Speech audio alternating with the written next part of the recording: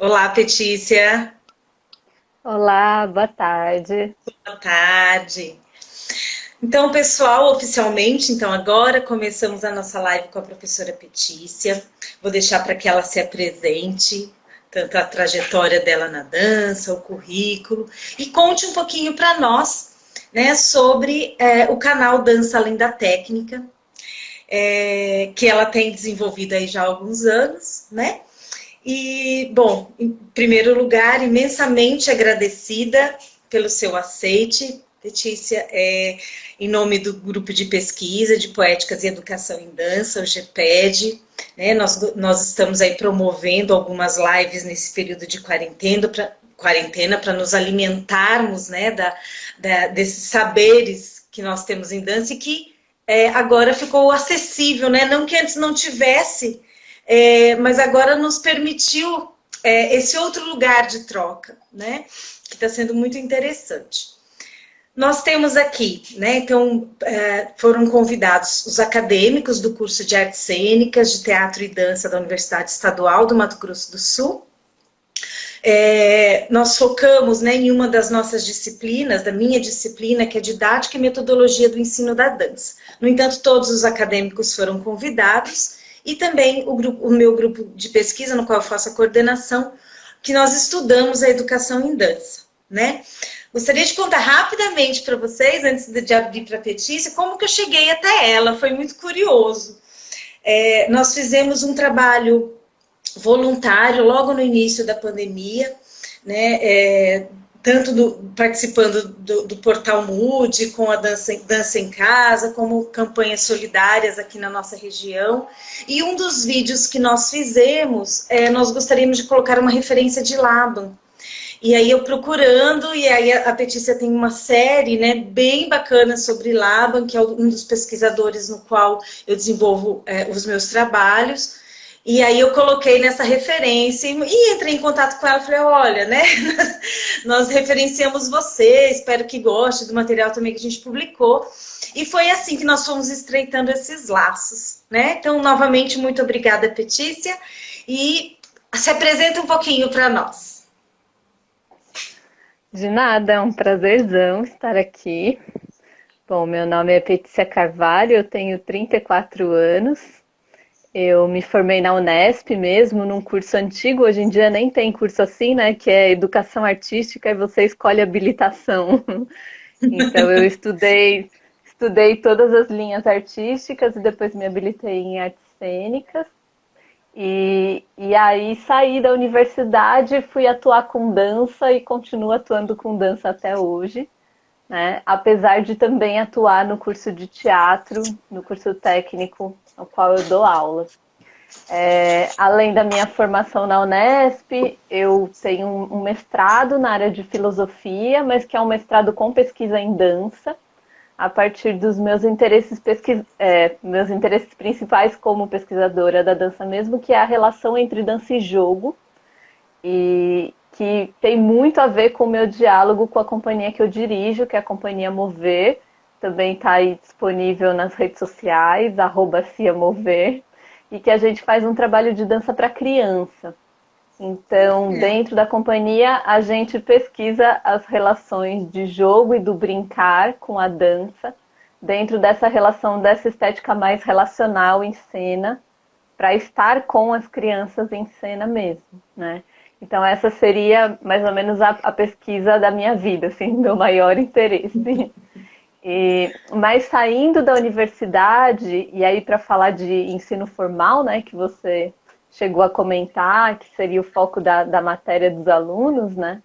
Eu saí da universidade, eu fui dar aula tanto na escola pública aqui de São Paulo, né? Então eu passei por essa experiência de ser professora de artes no município de São Paulo durante 3 anos.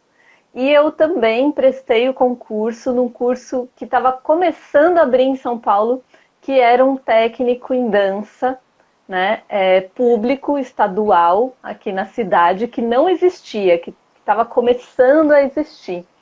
E aí aconteceu de eu passar nesses dois concursos ao mesmo tempo, da prefeitura e o estadual. e ficar paralelamente nesses dois espaços aí, então atuando como professora de artes e atuando no curso técnico. O curso técnico é um curso técnico em dança, né? Então é uma formação profissional na área de dança, um curso que tem uma duração de 1 ano e meio, então ele é muito curto, mas ele é bem intenso, porque são todas as tardes ou todas as noites, né? Nesse ritmo aí de escola, inclusive ritmo de ensino médio, né? Os alunos não trancam matérias, não tem janela, nem nada disso, são as aulas corridinhas mesmo. E aí eu passei um tempo nessa relação, professora de artes e professora do curso técnico, até que chegou um momento, 3 anos depois que eu exonerei o cargo, para me dedicar mais ao curso técnico mesmo. Aí também abri o curso técnico em teatro, eu fui responsável por pensar o plano de curso do curso de teatro lá na escola e comecei a atuar no curso de dança, no curso de teatro, trabalhei na coordenação do curso de dança e tal. E aí tive outras experiências fora do ensino formal. Então, eu atuei com um programa muito bonito aqui de São Paulo que chama Programa Vocacional, que é um projeto da prefeitura em dança feito para processo criativo mesmo, para pensar essa relação, né, de iniciação artística e o pensamento do processo criativo em dança. E aí, quando chegou 2018, para já finalizar, eu estava meio que celebrando 10 anos de muitas coisas na minha vida, assim, de experiências profissionais, de trabalho, de casamento, de um monte de coisa. E aí uma amiga maravilhosa que eu tenho, me chegou com essa proposta no final de 2018 de Petícia, você não quer fazer um trabalho nas redes sociais? Ela que entende muito mais de internet, de redes sociais e tudo mais, me fez esse convite em parceria, né? Então, eu não faço nada se não fosse ela, Marcele Boccia, ela é minha super apoiadora, é a pessoa que edita todos os meus vídeos do canal. Os vídeos são bonitos graças a ela, porque é tudo muito, muito bem pensado por ela. E foi assim que eu comecei o trabalho nas redes sociais. Eu era Isso em que tão ano, desconectada. Petícia? Foi no início de 2019, né? A gente começou Ah, a pensar no final de 2018 e aí a gente começou no início de 2019. E eu era tão desconectada das redes que eu tinha Facebook, mas Instagram eu nem tinha Instagram. Eu abri o Instagram basicamente para começar a pensar o trabalho, assim, né? Mas o meu forte hoje, pelo que eu tenho percebido, é o YouTube. São mesmo os vídeos do YouTube, né, nesse canal que chama Dança Além da Técnica, que tem alcançado aí uma quantidade de visualizações que eu nem imaginava. Principalmente os de Laban, né, que tem todo esse histórico aí de pessoas que vieram para o Brasil e de pessoas que saíram do Brasil para estudar Laban e todo o pensamento dele, a sistematização, o pensamento metodológico e tal. Então o vídeo tem alcançado maiores dimensões mesmo do que eu imaginava. E aí acho que é isso, acho que a gente pode entrar na conversa agora. ah, que bacana, Letícia, que bacana. Então, olha só, para quem está nos assistindo que não é da minha disciplina, né, só para entender um pouquinho da onde nós vamos partir, nós separamos, a Petícia tem dentro do canal dela várias séries, vamos dizer assim, né? Várias playlists com vários assuntos. E aí nós escolhemos alguns que tem mais a ver com o momento da disciplina que nós estamos, né? E nós vamos intercalando, então, as perguntas que os meus acadêmicos enviaram, como as perguntas aqui do chat, tá bom? Quando você fala, Petícia, sobre dança e técnica, né? Eu acho que esse é um assunto, assim, na nossa graduação, por exemplo, que sempre vem à tona. Nós somos um curso bivalente, não sei se eu te falei isso em outro momento, nós formamos em dança e teatro, a nossa matriz curricular ela é bivalente. E nós não temos o teste de aptidão que a maioria das graduações possuem, né? Então entram pessoas de diferentes experiências em dança e em teatro. Então, nós temos um hibridismo aí muito grande. Então, essa questão da técnica sempre é uma coisa questionada tanto por aqueles que já vêm de uma experiência forte em dança, como para aqueles que não têm nenhuma experiência em dança. Então, acho que por isso até que esse vídeo chamou a atenção dos meninos. E a Isabela, ela faz uma pergunta assim: como dar autonomia ao aluno a partir de uma dança que necessita de muita técnica, como, por exemplo, o balé clássico? Legal. Eu acho que essa é uma questão que me incomoda bastante, né? O nome do canal e do meu trabalho é Dança Além da Técnica, que já é um nome que já gera uma discussão muito grande, né? Porque é de fato um nome que eu escolhi para que as pessoas entendessem que o que eu vou falar de dança está para além das reproduções técnicas, ou de uma técnica ou de um estilo específico, né? Mas eu já entendo técnica numa lógica muito mais ampla, que é o fato de que o ser humano desenvolve técnicas para tudo, né? Então, se hoje em dia a gente come com garfo e faca como a gente come, é porque a gente desenvolveu uma técnica para isso, e essa técnica se deu por observação desde os nossos pais, de como as pessoas comiam ao nosso redor, e aí a gente vai testando, vai experimentando de diferentes formas até encontrar um jeito mais interessante de comer com garfo e faca, né? Então, eu acho interessante porque mesmo que uma pessoa chegue numa sala de aula, por exemplo, né, e diga, eu nunca fiz dança, eu nunca experimentei dança, eu nunca fiz uma aula técnica de dança. Essa pessoa, na verdade, ela já tem várias técnicas corporais, né, e essas técnicas corporais trazem repertórios de movimentos específicos daquela pessoa, da vivência daquela pessoa, né. Então também não existe um corpo com ausência de técnica, né, um corpo que não tenha nenhum tipo de experimentação técnica. Mas o que eu penso é o seguinte: a gente tinha um pensamento muito equivocado antes no meio das artes, que vem um pouco dessa ideia do mestre, do aprendiz, que tem que acompanhar o mestre e reproduzir muito bem aquilo que o mestre faz para depois chegar na sua obra-prima, na sua obra primeira, né, na sua obra de criação e tal, onde a gente tinha um estereótipo de que a gente precisa aprender profundamente um conteúdo técnico para depois a gente ser capaz de criar a partir desse conteúdo técnico. E aí eu acho que essa é uma grande virada para a gente no pensamento contemporâneo, e entender que muitas vezes, se a gente passa aí, né, vou falar dessa coisa do balé clássico e dos 8 anos de formação, né, se a gente passa 8 anos de um balé clássico só reproduzindo movimentos específicos, só copiando aquilo que o professor faz e tal, e não sei o quê, depois de 8 anos, essa pessoa não vai ser capaz de criar muita coisa, né? Porque a criação, essa potência de criação, ela também precisa ser desenvolvida, ela também tem que ser aprendida, também existem metodologias e pensamentos de caminhos para que a criação seja entendida. Me enrolei com as palavras.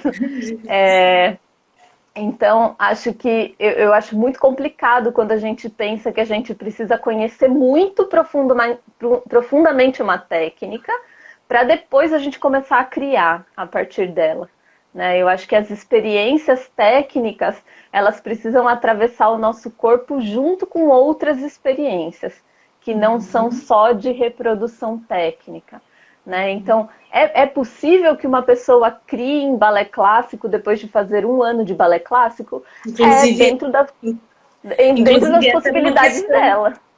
Inclusive, essa era uma questão também, do Febraro. Como podemos desenvolver a dança de pesquisa no balé clássico? Né? Então, acho que vem mais ou menos nesse sentido que você está falando. Ele diz, é possível, né?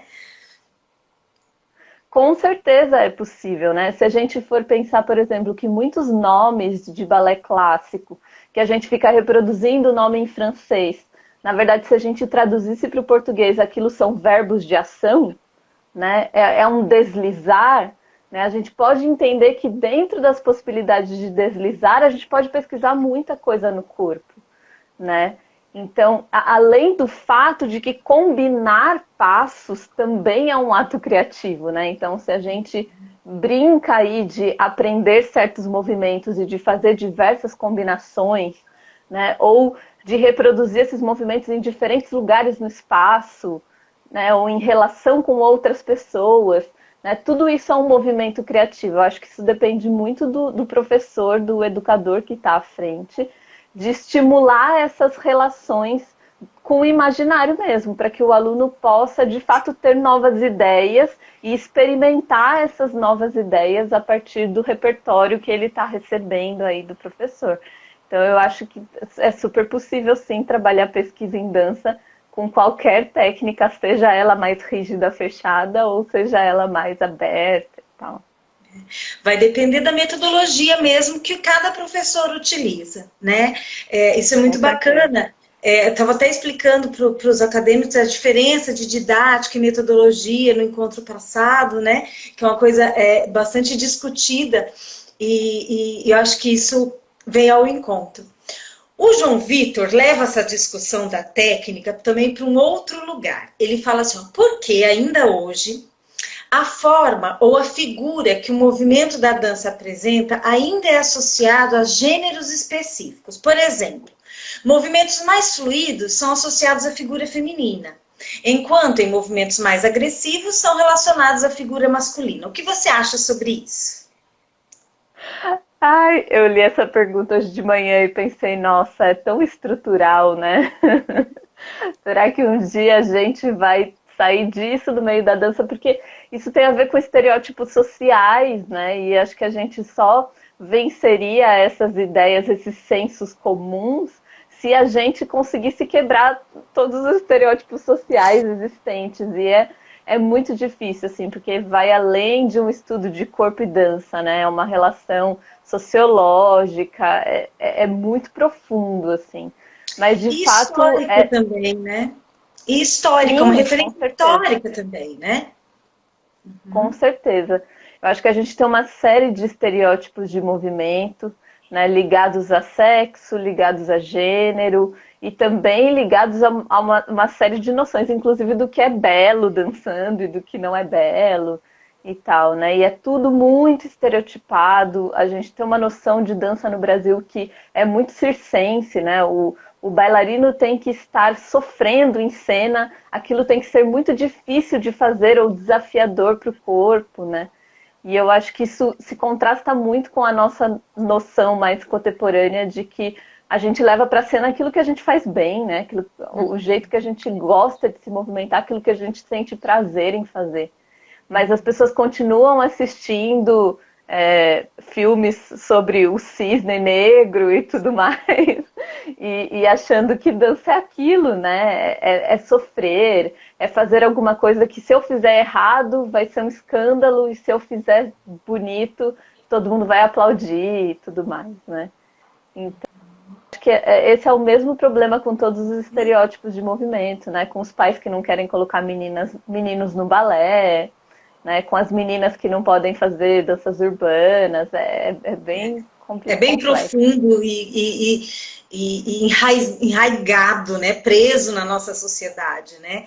Eu costumo dizer para eles, olha, o que nós estamos discutindo sobre dança na educação básica, por exemplo, é o sonho de consumo, né? Que a gente quer chegar nesse lugar, a gente luta e trabalha arduamente para que isso aconteça, né? Aquele espaço real da dança na escola, né? No qual o professor possa trabalhar com a dança sem ter que se render às artes visuais ou a outra linguagem da dança, das artes, enfim. Eu falo, mas talvez a gente não estejamos vivos para ver isso. Né? Assim como isso que você fala desses estereótipos na dança, nós estamos trabalhando para isso, mas vamos ter calma, né? Porque talvez a gente vai colher esse fruto, os nossos netos colherão esse fruto, mas é importante fazer o hoje, né? Sim. Eu acredito muito que as questões poderiam estar na educação e no ensino formal, sim, com certeza. Acredito que a partir do momento em que a gente começa a ter um ensino de dança que vem aí de uma formação mais inicial, a gente pode começar a quebrar alguns estereótipos, né? Porque esses estereótipos vêm de uma ausência de conhecimento da dança como área de conhecimento, né? As pessoas aprendem na escola que matemática é a área de conhecimento e elas saem de lá entendendo aquilo. Elas até não entendem para que serve uma fórmula ou outra e tal, mas ninguém questiona a necessidade ou não de estudar matemática na escola, né? Mas a questão é que a gente nunca teve dança no ensino formal no Brasil, feita de uma maneira interessante, né? E Uhum. aí as pessoas não olham para a dança para além dos estereótipos, daquilo que elas veem na televisão, daquilo que é oferecido para elas, e que elas consumem não por ser dança, mas por ser outras coisas, né? Muitos dos alunos que a gente recebe, tudo que consome de dança é videoclipe. Só que o foco do videoclipe é a música, não é a dança. Uhum. Né? A dança tá ali como um suporte para uma outra coisa, né? Sim, Então, sim. nosso conhecimento de dança é péssimo mesmo no Brasil, né? É, exatamente. Dentro ainda dessa reflexão, né, sobre a sociedade que nós vivemos, a Joyce faz uma pergunta: qual é a melhor forma, ao seu ver, de conscientizarmos então essa sociedade sobre a dança? Tanto eu penso, quando ela fala que sociedade é uma coisa que me inquieta muito, tanto dentro do nosso seio familiar, muitas vezes as pessoas não sabem o que é que a gente faz, né, e por que a gente faz, tanto na escola como com os amigos. Então, a gente pensar, né, no que nos rodeia, como que você sugeriria, né, que nós trabalhássemos aí essa conscientização da população, do nosso entorno, sobre a importância da dança? Nossa, é outra pergunta bem difícil, né? Mas eu acho que eu pensei um pouco nela quando eu comecei a falar já do ensino formal, porque eu acredito que é um caminho sim, né? Eu tenho aí uma teoria ou algo que eu já disse para algumas pessoas, que eu acredito que depois dessa relação com a BNCC, que ainda é muito conflituosa, mas que provoca aí algum aprendizado de dança nas escolas, eu acredito que depois de alguns anos, né, depois que a gente tiver, por exemplo, uma criança formada até o nono ano com essa nova lógica da BNCC, muito provavelmente essas pessoas vão chegar em escolas e academias de dança com outro olhar sobre o que é dança. E se os próprios Uhum. professores de academia não começarem a repensar aquilo que eles entendem por dança, já vai gerar um grande conflito entre o entendimento de dança desse aluno que aprendeu dança na escola, né, que conhece essa amplitude da dança, do mundo da dança, da história da dança, e esse aluno que chega na academia, né, e quer dança só para emagrecer e tudo mais. Então, eu acho que a gente pode ter uma mudança de perfil, de público mesmo, de conhecimento das pessoas, né? Mas, para além do ensino formal, acho que a gente tem que investir em formação de público, né? Aquilo que for possível aí de estratégias de formação de público, né? Então, os grupos de dança, né, que atuam com criação, que pensam o processo criativo e que estão apresentando coisas, precisam se preocupar com seus públicos, precisam se preocupar com a acessibilidade dos seus espetáculos, né? E acessibilidade não é fazer coisa simples, óbvia ou fácil para o público entender, né? Eu acho que a acessibilidade é pensar estratégias para que o público consiga acompanhar pensamentos, nem que eles sejam super complexos mesmo, e inclusive estratégias de como chegar no público, né? Eu acho que a gente não pode ficar contente com o fato de, meu trabalho é um trabalho para 5 pessoas assistirem mesmo, então só vai ter 5 pessoas lá no público e acabou, né? Então, por que tem essas 5 pessoas? Por que a gente não está chegando em mais pessoas, né? Então, Uhum. acho que essa relação da formação de público, ela é importante, né? E eu acho que nós, formados em dança e pensadores de dança, a gente tem que a todo momento se policiar em relação às coisas que a gente posta, em relação às coisas que a gente assiste, né? Às, às vezes eu acompanho aí os digital influencers da área de dança nas redes sociais e eu confesso que às vezes eu fico um tanto inconformada, assim, porque eu leio posts, eu vejo posts com fotos e aí eu leio o texto e se eu percebo que o texto é extremamente equivocado, eu não consigo curtir, né? Eu não consigo dar uma curtida aleatória ali. E às vezes quando eu percebo que vários ex-alunos meus curtiram aquilo, eu fico muito impressionada, assim, eu falo, como é que essa pessoa leu isso e ainda teve coragem de curtir, de dizer que achou aquilo coerente, né? Porque às vezes a pessoa está fazendo um trabalho tecnicamente super bonito e interessante, mas a hora que você vai ler o que ela está postando e o que ela está escrevendo é uma série de equívocos muito complicados. E aí a gente mesmo, profissional da dança, vai fomentando esse imbróglio de gerando uma série de estereótipos e de senso comum mesmo na população em geral, né? Muito legal. Você falou em academia, né? Que até as próprias academias, com o tempo, você acredita que elas precisarão reformular, né?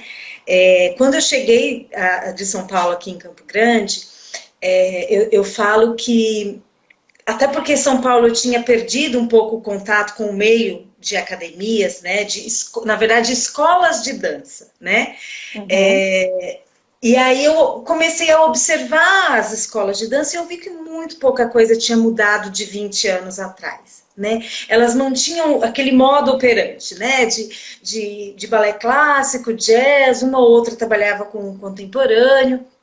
Então, acho que tudo isso, né, vai ser reestruturado. Mas o que eu percebi também é que as academias, há 20 anos atrás, elas tinham o dobro, o triplo de estudantes, de pessoas que procuravam essas escolas. Né? E hoje, o número é bem menor. Então, esse fator de terem bem menos estudantes, né, meninas ou meninos já participando dessas escolas, já é um indício de que algo precisa ser mudado. Por que as adolescentes, as crianças, não vão mais para a escola de dança? O que elas estão encontrando na contemporaneidade que desperta mais o desejo delas do que a escola de dança? Então, acho que já é um indício e que bom, esperta, né, inteligente, prospectando um futuro, aquela escola de dança que olhar para isso. Né? Acho que é bem bacana o que você coloca. E sobre esse nome, né, até academia versus academia, que você tem um vídeo sobre isso, eu achei muito bacana, porque é uma dúvida que talvez para nós profissionais é tão óbvia, né? E isso também achei muito curioso no seu canal. Assim, ao mesmo tempo que você vai nas profundidades dos conhecimentos específicos em dança, você esclarece, né, para um público leigo ou semi-leigo, vamos dizer assim, da área, o que são algumas coisas, né, que para nós seria óbvio, mas que não são para a grande maioria das pessoas, né? O Lucas, sobre esse vídeo, ele pergunta assim: você apresenta as características e problemáticas do ensino na dança nas universidades e escolas de dança. Você considera possível e positivo uma conciliação dessas duas formas de trabalhar a dança? Eu considero, com certeza. Eu acho que o fato de me levar para um curso técnico e me fazer atuar num curso técnico durante esses 12 anos me traz um pouco essa sensibilidade para alguém muito jovem chegando que quase desconhece muita coisa, né? Então, eu estou muito acostumada a conversar com adolescentes de 16 anos. E aí, acho que essa relação com a linguagem vai mudando também, né? Então, acho que é uma chavinha que foi caindo durante esse processo aí de atuação no curso técnico, que é entender que tipo de linguagem utilizar, né, e como explicar conceitos para as pessoas que são muito novas e que chegam ali, às vezes, assumindo no curso que tem zero experiências corporais, assim, né? Mas em relação às academias, especificamente, que eu chamo de academias, mas é isso, né? Tem vários nomes, escola de dança, alguns. Aqui em São Paulo tem as academias mesmo, que são de ginástica e tem aulas de dança, e aí a aula de dança da academia, e tem as escolas de dança específicas, né? Que só vai ter aula de dança naquele lugar. Mas eu acho que de qualquer forma, né, esses espaços eles têm uma herança muito forte da educação física.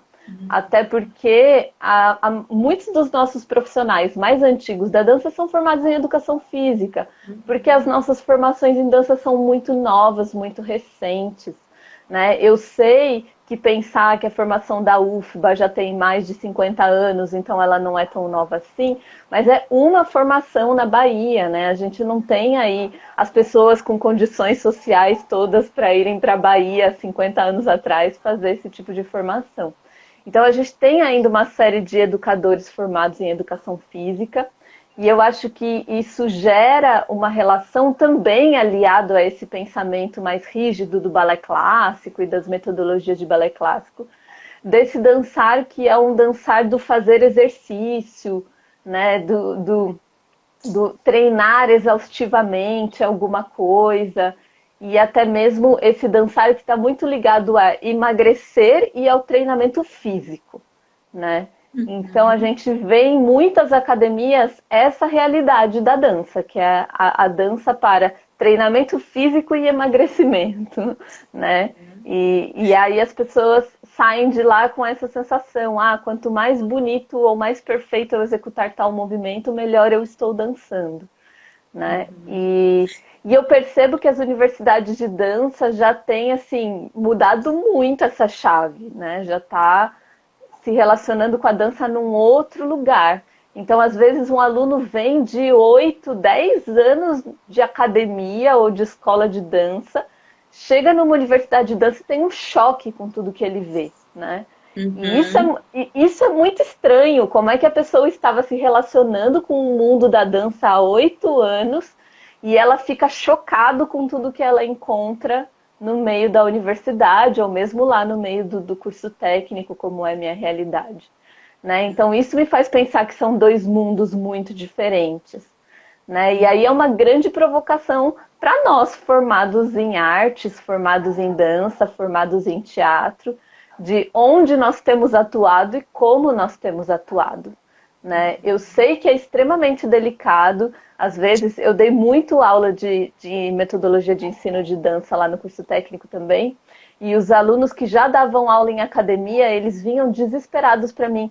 Ai, Petícia, eu estou tentando essas propostas novas de experimentação corporal, de consciência corporal e tal, e não sei o quê, mas é muito difícil porque a dona da academia não deixa, os pais não querem, as crianças gostam, mas aí tem a pressão dos pais, tem a pressão da dona das academias, e aí com os maiores, tem a pressão do fato de que a pessoa veio aqui para emagrecer, então ela precisa suar e tudo mais.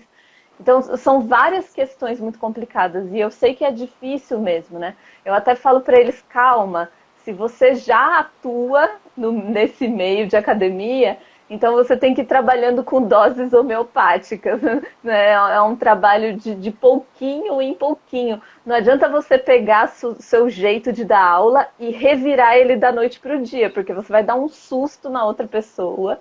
E de fato essa pessoa vai criar né, uma sensação de, nossa, peraí, o que você está fazendo comigo agora? Né? Então tem que ser um processo lento aí de estabelecer essa intermediação entre o que a gente aprende na universidade e a realidade de conhecimento de dança do outro. Assim. Você fala algumas coisas que até me lembram um pouco a minha pesquisa de mestrado. Eu tenho um capítulo lá que eu faço retrato dessa formação em dança no país, né? E a gente, quando você fala da graduação ser muito nova, nós temos 5 graduações até 2014 no país. Quer dizer, ontem, né, gente, 2014. Então, com a entrada do Reúne, que hoje aí foram implantando, hoje nós temos 42.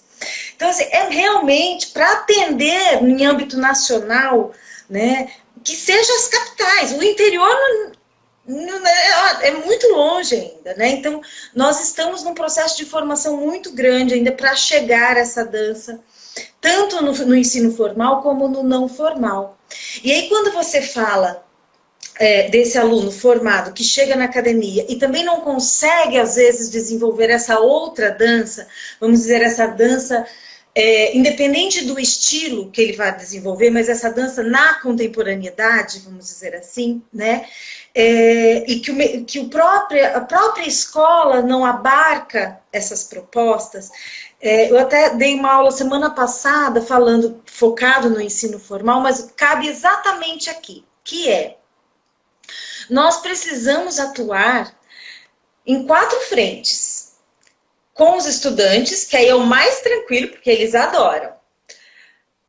com os pais dos alunos, com a gestão, direção, coordenação e com os colegas de área. Por quê? Porque até por essa referência, né, que você falou lá no começo, de mestres, né, um passando para o outro, a referência muito forte da educação física. Então, nós também temos que trabalhar com alguns colegas. Se a gente não trabalhar nesses 4 pilares, eu não consigo desenvolver essa dança que eu acredito. Eu vou acabar caindo naquele sistema já existente, né?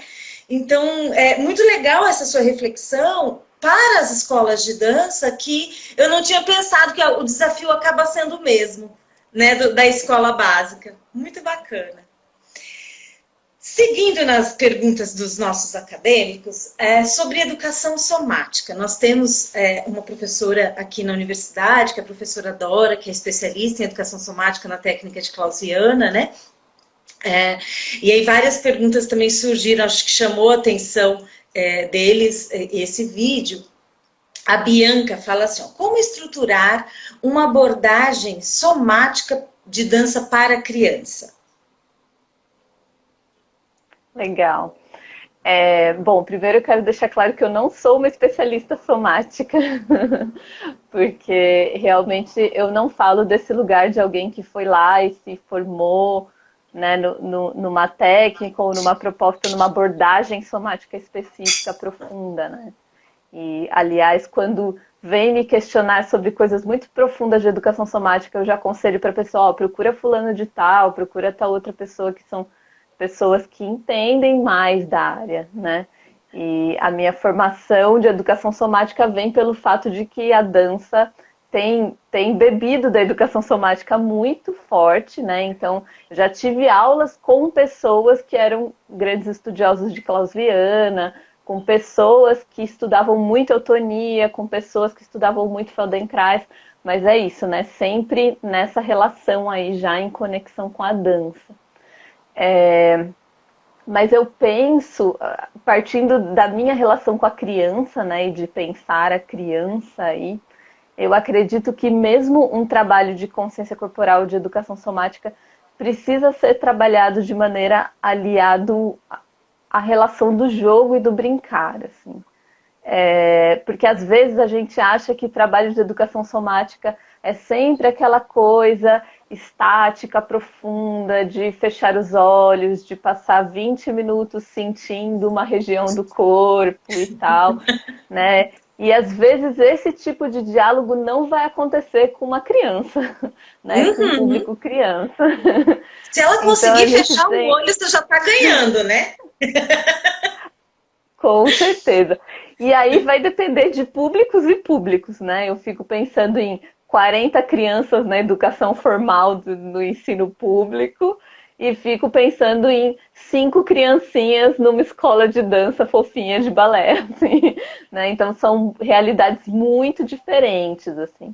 Mas eu acho que de alguma forma a gente aprende aí com os estudos de educação somática a importância já de ir introduzindo para essa criança, por exemplo, a existência dos ossos do corpo, esse conhecimento entre o que é pele, o que é músculo e o que é osso, né? Como é que a gente se organiza a partir de alguns ossos principais, né? Que bonito saber que a criança sabe o que é a escápula dela, né? Porque muitos adultos não sabem dizer escápula, né? Diz as asinhas aqui de trás, né? Ou, ai, tô com dor nas minhas juntas. Então, são coisas, né, muito simples, mas que vêm desse nosso entendimento aí da consciência corporal, da importância do conhecimento do corpo, né?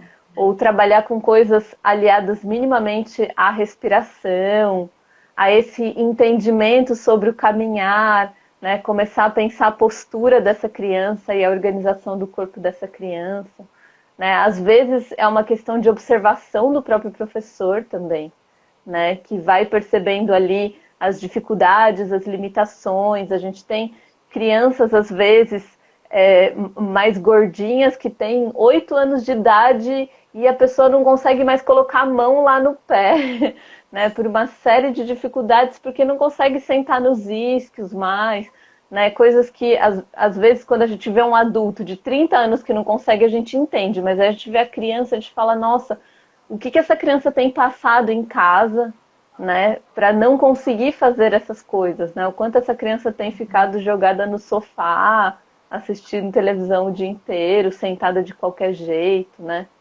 Então, eu acho que existem coisas muito simples, né? Olhar para esses conhecimentos da abordagem somática, que são feitas com tanta calma e atenção, como possibilidade simples também de cuidar e de pensar o corpo dessa criança. Né? Mas é claro que a criança vai ser sempre aquela que se joga, que faz, que não tá nem aí se machuca ou se não machuca, que vai sair fazendo e tal, né?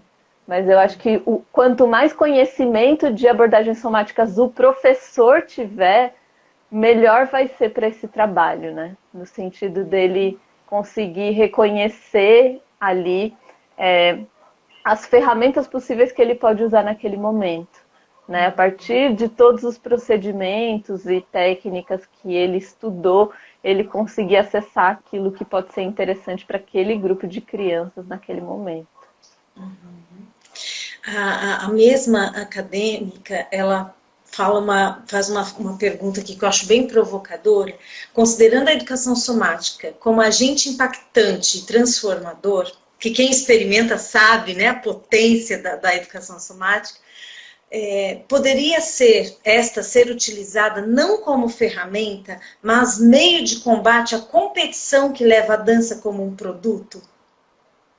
Legal. Eu achei essa pergunta gigante, né? Super complexo, mas interessante da gente pensar. Demais. Legal.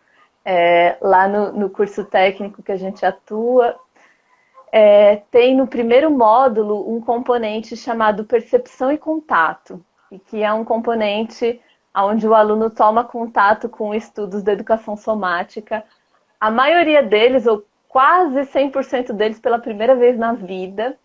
E eles saem do curso dizendo como a matéria de percepção e contato mudou a vida deles, né? Então, claro que todos os outros componentes de prática vão partir das questões de educação somática para pensar suas práticas, suas técnicas e tal, mas a matéria de percepção e contato, né, cria essa sensação de impacto para os alunos que chegam no curso também.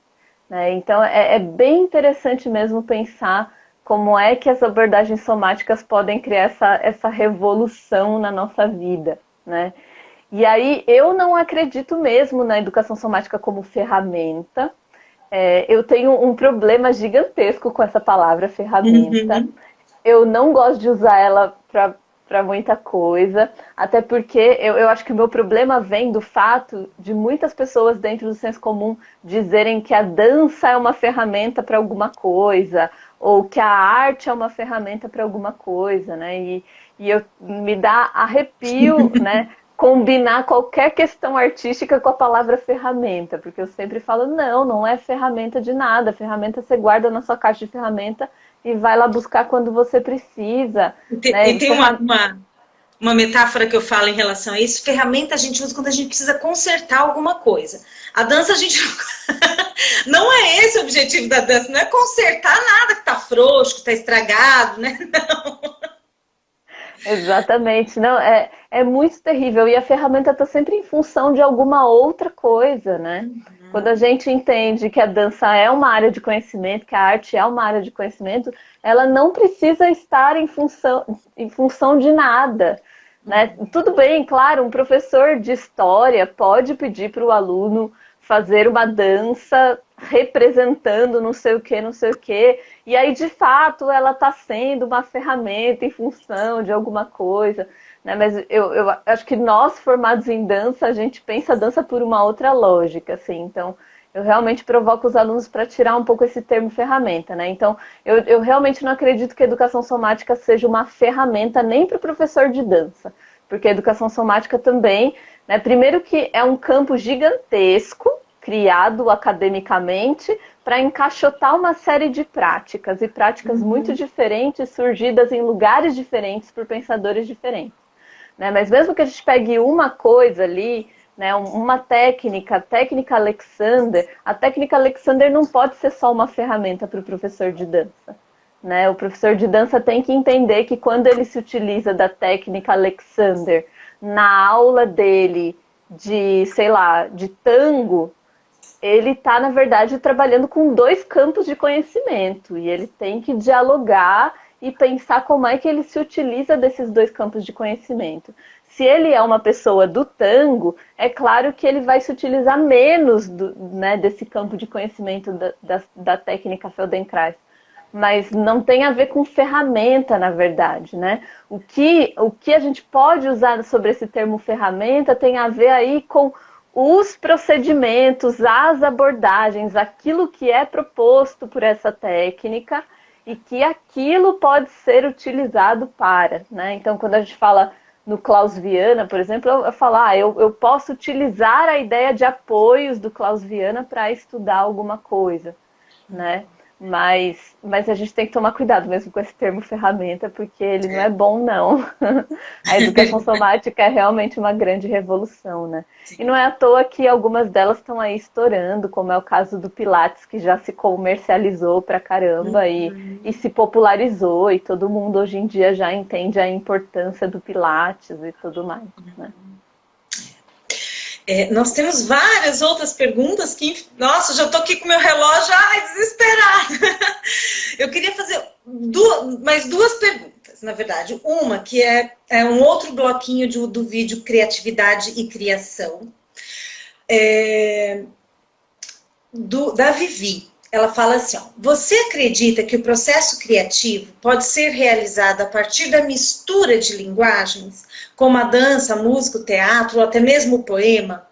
Como isso se concretiza nas suas propostas de criação, aí de repente da companhia, né, do grupo, como que você trabalha com isso? Eu acredito muito, mas eu acredito que esse tipo de trabalho precisa ser feito com muita responsabilidade, né? Às vezes a gente, principalmente na dança, tem esse equívoco muito grande por se acostumar com o fato de que antigamente essa noção de dança que parte da música, né? Então, eu preciso de uma música para dançar e tal. A gente acha que para a gente correlacionar dança com música, a gente não precisa estudar música e não precisa entender de música, né? Que trabalhar uma relação entre corpo e música, ouvir a música e sentir a música, né? Deixar o corpo sentir a música. Então, eu acho bem irresponsável quando a gente leva para a cena uma série de outras linguagens olhadas pelos estereótipos. Assim, eu escolhi a música que eu mais gosto para dançar e escolhi o quadro do fulano de tal para colocar lá no fundo para servir de cenário porque é um quadro que eu gosto, né? Eu acho que quando a gente trabalha com essa relação com as linguagens, né, que a gente pode chamar de interlinguagens, mas nem sempre é interlinguagens, depende do que a gente está fazendo, a gente precisa entender a responsabilidade de estudar essas linguagens e de se aprofundar de fato nessas linguagens, entender que cada uma é um campo de conhecimento específico. E quando a gente leva essas linguagens para a cena, a gente tem diversas dramaturgias se conversando, né? Então eu posso ter a dramaturgia da luz, a dramaturgia da trilha sonora, a dramaturgia do movimento, e aí é uma série de dramaturgias que precisam ser estudadas e aprofundadas. E é isso a gente precisa fazer com muita responsabilidade. Na Companhia Mover, a gente trabalha um pouco com essa relação, porque nós somos 4 artistas da dança, um músico e uma contadora de histórias, né, que é pedagoga e trabalha com essa relação da narrativa oral e tudo mais. Então a gente pensa muito forte esses diálogos e a gente vem repensando a cada momento, né? Então já teve momentos aí da gente desejar uma integração de linguagens e de inclusive olhar para a cultura popular e entender as relações que se dão entre música, dança, teatro e artes visuais na cultura popular e tal. E já existem outros momentos, como o momento em que nós estamos, que a gente está curtindo muito mais uma relação de coexistência de linguagens, que é cada artista trabalha a partir da sua obra artística, da sua experiência, cria algo muito interessante e a gente vê como essas coisas dialogam, né? um pouco uma relação meio Merce Cunningham, assim, de pensar. A gente leva para a cena e entende como dialoga, mas o músico tem que fazer a música que ele considera uma música boa, importante e interessante de ser ouvida como obra. Né? A artista da contação de história precisa pensar a relação com a palavra, com a narratividade, de um jeito que ela considera aquilo uma obra, um trabalho. E a gente da dança também. E aí, quando a gente leva para a cena, a gente se entende, né? Vai entendendo esses diálogos ou não diálogos, esses acasos que surgem dessa relação. Né? Mas eu acho que é um trabalho que precisa ser feito com bastante responsabilidade. Com certeza. Às vezes, eu até brincando, né, de uma forma mais leve com os acadêmicos, eu falo assim, olha, se você ama muito uma música, aquela assim que mexe com você, não coreografa. Né? Não, essa você dança na sua casa, você toma uma taça de vinho e se acaba nela. Né? Mas não, a obra de arte, ela tem um monte de fatores que vai compor aquela obra, que não necessariamente aquela música que você ama vai colaborar, né, na construção daquela obra. Então, isso é bem bacana. Olha, a Viviane já riu porque eu falei da taça de vinho. Ô, Vivi, disfarça, Pro não bebe vinho. Olha só, Petícia, para a gente ir finalizando, nós montamos no grupo de pesquisa, para fechar assim, com chave de ouro, um momento meio de frente com o GPED, sabe? De frente com o Gabi. Que a gente está nomeando de Dance-nos. E aí são perguntas bate-bola, né? Bem simples para você responder. Então, resuma em uma palavra o que para você é dançar.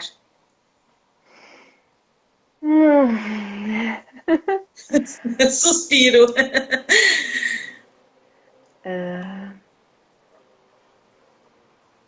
Criação. Criação. Legal. Indique um espetáculo para nós assistirmos online, que você acha bem bacana, que pode colaborar com a nossa formação. Nossa, passa um monte na cabeça, né? Ou até mesmo um da sua companhia. Ah, tá. Então eu vou transgredir. No canal da Cia Mover no YouTube, a gente tem um trabalho que a gente fez agora em quarentena, que é uma playlist, na verdade, que chama Jogos para Dançar em Casa. Então, é uma playlist com 50 jogos. Todos eles é um trabalho de 1 minuto, 2 minutos no máximo. E é uma proposta de jogo corporal para você apreciar e fazer em casa. Ele é bem voltado e pensado para o público infantil, né, para criança, mas, enfim, é super diverso e também tem jogos do músico, da contadora de história, da menina que trabalha com audiovisual e que é das artes visuais, nossa, também. Então, é uma playlist interessante aí, chama Jogos para Dançar em Casa. E como que é o nome do canal? Da companhia? Cia Mover, de Companhia Mover, né? Tá. Cia Mover. Olha, pessoal do estágio, né? Uma ideia excelente aí para vocês tomarem como referência, que eles estão nesse momento de entender o que é o estágio e como trabalhar no ensino remoto, né, na disciplina de estágio. Tem algo seu que você pensa... Peraí, desculpa. Tem algo seu que sempre você pensa antes de dançar? Seus rituais, né? Antes de dançar. O que geralmente você faz? Nossa, eu danço coletivamente, sempre, né? Então, para mim, tudo se dá nessa relação muito coletiva, assim. Mas eu sempre preciso estar junto, então se juntar, segurar na mão, respirar junto. Mas na companhia a gente gosta, inclusive, dessa relação não impactante com o público. Então, a gente sempre vai para o espaço cênico bem antes de entrar em cena. E a gente fica por lá, a gente se alonga, aquece por lá e já começa a brincar com as crianças. E se relacionar, olhar esse público no olho e já estabelecer uma conexão antes da coisa começar a acontecer, assim. Então, esse é um ritual interessante para quando a gente entra em cena. A gente já está ali, de fato, e não com aquela coisa de estar atrás da coxia e ficar nervoso com as pessoas que estão lá fora e sem saber se tem público, se não tem. Não, a gente já está lá, já viu, já se relacionou, já conhece, já sorriu para as pessoas. Que Acho que é isso. delícia! O que você tem na sua casa, aí no seu escritório, no seu espaço, que mais te lembra a dança? Um objeto? Bom, eu não estou na minha casa nesse momento. Minha casa está em reforma, então eu estou num quarto emprestado de uma outra pessoa. Né, eu nem estou dentro da minha casa, assim, né? Entendi. Então eu não consigo nem mostrar alguma coisa aqui neste momento, assim. Tudo bem. E fico pensando para mim que a dança é muito dificilmente materializável também, né? E já no começo, quando eu comecei a estudar dança, rolou todas aquelas coisas de ganhar coisinhas de bailarinas, ganhar não sei o quê. Mas o que eu fico pensando, assim, que mais materializa a dança para mim é uma série de objetos decorativos que eu tenho pela casa e que eu ganhei dos alunos no final dos trabalhos de TCC deles. Então, eu tenho uma matriosca, eu tenho um quadro muito bonito com uma foto de duas alunas dançando, que é de fato um trabalho incrível sobre a pele. Enfim, eu tenho coisas que eu fui recebendo, eu tenho um sino que eu ganhei de um aluno e que são todos presentes que vieram dessas experiências de TCC, assim. Então, eu olho para essas coisas e vejo muita dança naquilo. Ai, que delícia, Petícia. E se fosse para você pensar numa música, num som, né, ou até mesmo num livro inspirador, né, o que que você gostaria, o seu próximo trabalho cênico, o que que você gostaria de se inspirar, né? Se tem uma música que você quer dançar ou um livro que você quer compor, enfim. Nossa, eu, eu tenho me relacionado muito com a filosofia para pensar dança, assim. E eu sou uma pessoa muito chata que gosta muito de teoria, assim. Então eu penso uma nova pesquisa em dança, eu vou pensar a densidade teórica, o que que a gente vai ler, o que que a gente vai estudar. Eu acho que eu demoro para encontrar as poéticas das coisas, mas a gente está nesse momento numa pesquisa de algo que a gente gostaria de ter estreado já, não estreou por causa da pandemia, e aí começou a pesquisar online e tal, que é um trabalho da companhia baseado na ideia dos sonhos.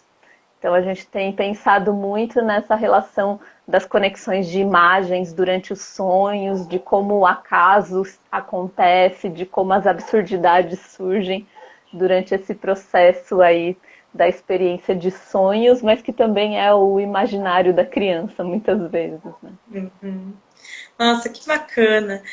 Bom, Petícia, nós estamos assim, ó, no meu relógio, 4 horas, deve ter 2 minutinhos, né? Gostaria imensamente de te agradecer. Acho que foi uma conversa, nossa, de uma relevância incrível, né? Os meus acadêmicos que não curtiram, curtam, assistam o vídeo da Petícia, porque assim, é uma pesquisadora em dança que tem assim contribuído muito para o esclarecimento e para a formação da dança no país todo.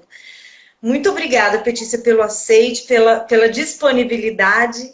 E o nosso vídeo vai ficar disponível tanto aqui no Insta, como vai para o nosso site também. Gostaria de agradecer também a presença de todos os acadêmicos e não acadêmicos, né, aqui presentes. Tá bom?